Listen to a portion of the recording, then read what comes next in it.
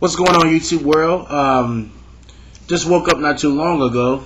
Took a shower, now I'm fresh now. Getting ready to start a day. Getting ready to do some more stuff today to try to hammer home this $25,000 goal. And it looks like I'm going to meet this goal like here real soon. Like real soon before the end of the year. So I'm definitely probably going to achieve more than that 25 for the savings. And if you guys don't know what I'm talking about, look at my past videos.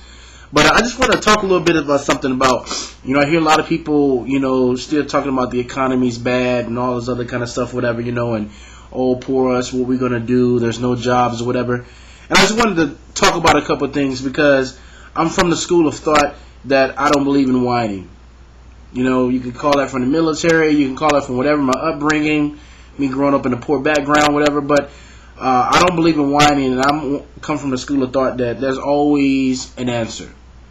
It may not be what you're looking at that time, but if you go down another road, the answer's down there. I wanted to talk about something. Everybody talks about work. There are no jobs, work. And I want to challenge you guys to do something for a second. I want you guys to do some research in Forbes, who's who, millionaire, billionaire status, right? And a couple things I guarantee you won't find. First of all, some of the most brilliant and most richest and wealthiest men ever in the world today are men that didn't use these. I'm going to say that again. Some of the most brilliant and most wealthiest men today are men that didn't use these. If you take two people, one that uses this the most and one that uses this the most, I guarantee you the one that uses this mind the most will prevail every time. Because a lot of times when you're so busy doing this, work, and you get into this robot phase, all of a sudden you stop using this, you become programmed, and you don't see opportunity. I'm gonna drive home again. I have friends and people that they live and die by a job, and that's fine as long as they are making their money, not wasting it, and setting themselves up to leave that job one day by building wealth. No problem with that. But at the same time, in a job, you can pretty much map out your 20-year plan. For instance, if you're in a job and you plan on being there for a while, and you pull up in a parking lot, and you see the situation where your boss is at, you're probably either going to be in that situation, but you're definitely not going to be above that situation. Versus if you work for yourself, there's no ceiling. There's no ceiling. And see, here's the problem that bothers me about Americans. I can't speak for any other countries. This is Americans for a second. For those in the other countries, just try to relate to what I'm saying. I had a conversation with a lady from China. She's been living in the U.S. for quite some time now. And she talked to me about that Americans, the first thing she noticed when she came here is that they didn't know how to recognize opportunity. I said, so what do you mean to that? She said, people say that America is the best country, but they don't actually understand that America is the best country because they don't see the opportunity.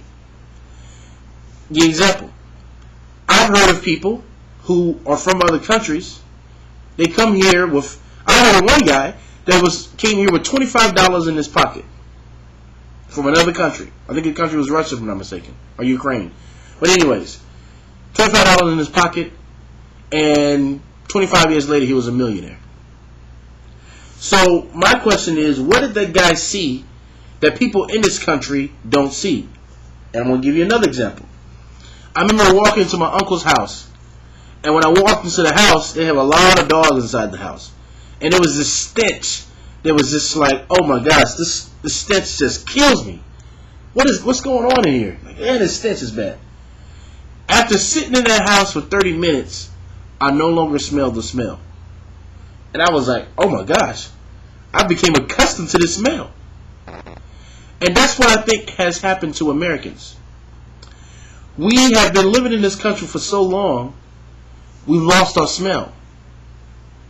We lost the smell of opportunity. We don't know it exists anymore.